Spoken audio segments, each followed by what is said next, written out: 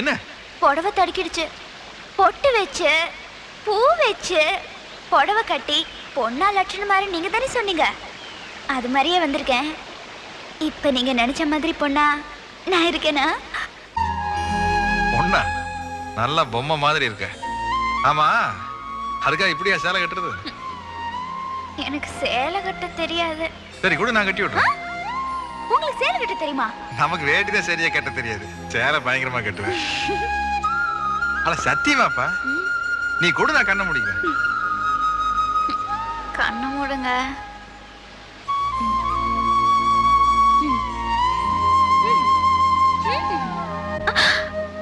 அங்க வேண்டாம்.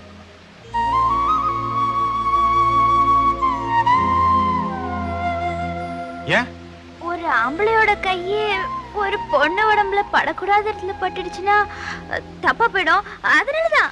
அப்போ சேலையை கழட்டி கூட எப்படி கட்டுறதுன்னு நான் எனக்கே கட்டி காட்டுறேன். சரி.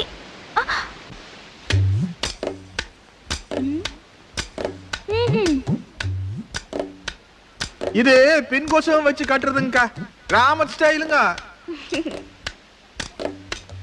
இத மடிசாரன்னு சொல்லுவா. அக்ரஹாரத்து மாவி ஸ்டைல்.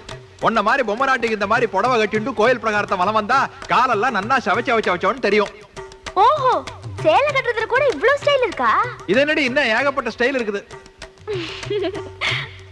மாராப்பை எடுத்து முன்புறமாக போட்டால் அது தமிழ்நாடு. அதே மாராப்பை பின்புறமாக போட்டால் ஹே பஞ்சாபி ஹை. மாராப்பை போடலனா ஹே அது பின்ன கேரளாவாக்கும். ஓ, சேலைக்குள்ள இத்தனை மாநிலம் இருக்கா? மாநிலமா? உலகமே இதில் தானே அடங்கி இருக்கிறது.